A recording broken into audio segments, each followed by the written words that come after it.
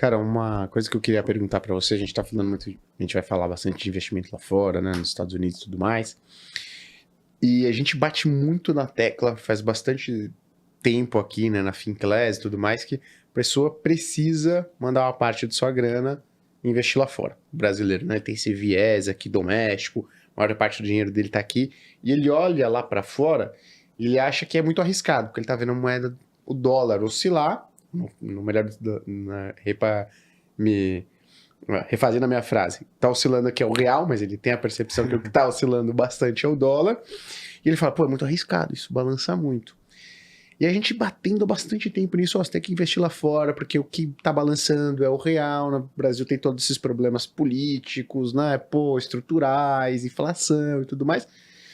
E a gente batendo, a pessoa parece que tá entendendo, parece que tá entendendo. E agora, recentemente, a gente tem uma quebra, né, com o Donald Trump de paradigma, né, os Estados Unidos, pô, o presidente agora de um modo ali meio que ameno, às vezes mais duro, tentando interferir nas decisões do Banco Central americano, tentando agora tirar uma diretora do Banco Central americano, tarifa para todo lado, algo que não era usual nos Estados Unidos, né, que sempre trabalharam com alíquotas menores e tudo mais. E aí parece, a pessoa fica tensa. Ela olha e fala, poxa Gui, mas você sempre falou aqui que é para colocar dinheiro lá fora, uma boa parte relevante nos Estados Unidos, e agora com tudo isso acontecendo, como é que eu faço? É a pergunta para você. Como é que você vivendo lá nos Estados Unidos, acompanhando o mercado americano, como é que está sendo a percepção, a recepção dos americanos, dos investidores estrangeiros, né, com relação ao que está acontecendo nos Estados Unidos? Estão preocupados com o que está acontecendo? Estados Unidos pode deixar de ser o principal atrator de recursos, né, de investimento do mundo? Como é que vocês estão vendo isso que está acontecendo por lá? Legal. Bom, a primeira coisa, até antes de te responder diretamente a sua pergunta, eu acho assim, a sua orientação, eu pelo menos acredito muito nela, eu acho que ela está perfeita, ela está certa. Todo investidor do mundo inteiro tem que pensar em diversificação internacional. A teoria de finanças indica que você deveria estar ali com 30%, 40% do seu patrimônio exposto a algum mercado que não seja o seu mercado, né? E esse negócio, vocês educam muito aqui o investidor e é importante, a pessoa tem que pensar no patrimônio não só no que ela tem de liquidez, né? Mas é o patrimônio em geral, é onde ela está exposta. Então, se eu trabalho numa empresa no Brasil, o seu risco de Brasil, uma empresa brasileira que atua só no Brasil, o seu risco de Brasil é muito maior, porque não só o seu patrimônio que você tem, mas a sua fonte de renda, né? A sua geração de caixa. Então, eu acho que está perfeito. E aí, você olha por qualquer estatística, o brasileiro é de fato um dos investidores que menos diversifica internacionalmente. Isso tem alguns motivos, né? Tem alguns motivos, principalmente por questões estruturais mesmo, assim, era muito difícil, até bem pouco tempo atrás, você tirar dinheiro do Brasil. O Brasil não tinha os instrumentos, né, que facilitavam isso, graças a Deus tem mudado, acho que a legislação no Brasil tem evoluído bastante, isso é importante para conservar a riqueza do próprio brasileiro. É sempre bom lembrar que tudo que a gente consome de alguma forma aqui no Brasil, ele está impactado pelo dólar, está impactado, enfim, pelo mundo, e o mundo é muito tradeado em dólar, então ele está impactado pelo dólar, então é muito ruim do ponto de vista do patrimônio do brasileiro você ficar só exposto em reais, porque você tende a perder dinheiro ao longo do tempo, dado que boa parte do que você consome, ou uma parte relevante, pelo menos, do que você consome, está atrelado a dólar. Trigo é importado, gasolina, de certa forma, tem um componente de dólar, enfim, tem N coisas que fazem com que a gente tenha essa exposição. Então, é muito importante pensar, então acho que a sua orientação está certa, né? A segunda coisa é um pouco o que a gente estava falando na primeira pergunta, né? Tem uma diferença entre curto prazo e médio e longo prazo, né? Então, o que está acontecendo hoje, a gente tem que entender as implicações de curto prazo do que está acontecendo, que inclusive tem impactado a valorização do real, né, frente ao dólar, por N motivos, muitos dos quais você elencou aí, mas isso vai ter um efeito de curto prazo, que é esse que a gente está vendo, e vai ter em algum momento essas coisas elas vão se estabilizar, né, de alguma forma, né?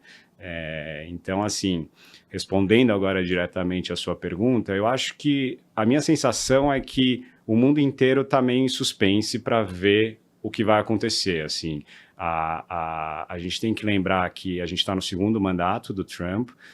O primeiro mandato, eu acho, a minha sensação é que ele não estava tão preparado para ser presidente quanto ele está agora. Ele se preparou mais.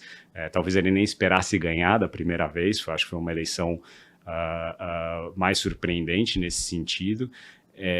Eu acho que agora ele se preparou e ele tem uma estratégia ali desenhada que pode se concordar ou não, de quebrar os paradigmas. A estratégia dele é exatamente essa, quebrar paradigmas, e a gente acho que precisa aprender a diferenciar um pouco, é um pouco isso, essas pessoas que eu mais respeito, assim, que eu acho que tem uma visão mais ponderada, o que elas dizem você tem que, com o Trump, e muito com o que está acontecendo com a política no mundo inteiro, você tem que conseguir diferenciar um pouco o barulho do sinal, né? Então, vai ter muita coisa que é dita, vai ter muita coisa que vai ser puxada da agenda e vai ter o que efetivamente acontece, tá? Então, o que eu acho que está se aprendendo com o que está acontecendo é que ele vai puxar, né? O americano fala push the envelope, ele vai puxar a agenda bem para frente e vai verbalizar isso, mas no final ele vai negociando e ele vai fazendo acordos que vão, de alguma forma, obviamente, remodelando o mundo, mas são muito menos... mais ameno. São muito mais amenos do que o que ele está dizendo desde o início. Então, acho que essa é a sensação geral, mas a gente está muito no começo, né?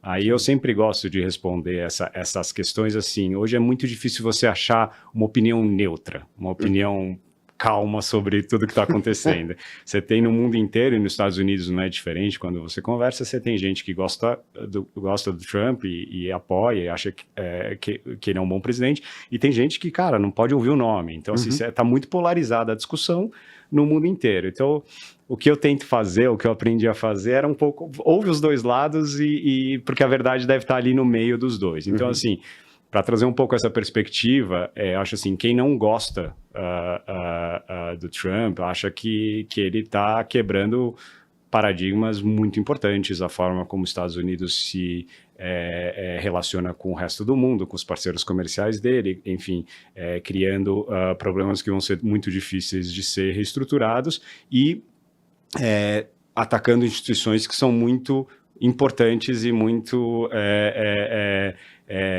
importantes, enfim, para os americanos, o que formou o país. Então, essa é a grande preocupação. Por outro lado, quem gosta do Trump diz que ele de fato tem movimentos que são não ortodoxos, né? São bem duros, mas ele faz as coisas acontecerem, ele é muito efetivo.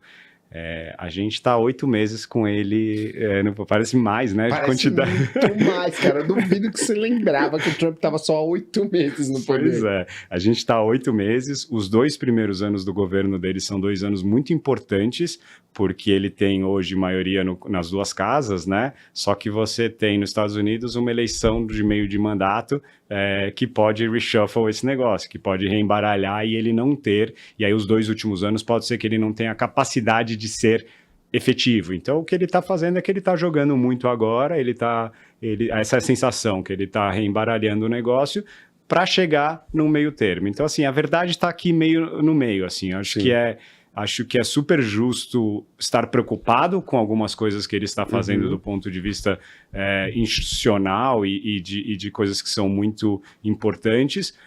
Por outro lado, acho que, cara, ele também está endereçando algumas agendas que é o motivo pelo qual ele foi eleito. Tem pessoas muito insatisfeitas que elegeram ele porque algumas das agendas que ele está tocando são importantes. Legal. Então, acho que a dica é vamos esperar e ver onde que isso tudo vai se estabilizar. É importante o que você falou, né? Vamos esperar, porque sempre que...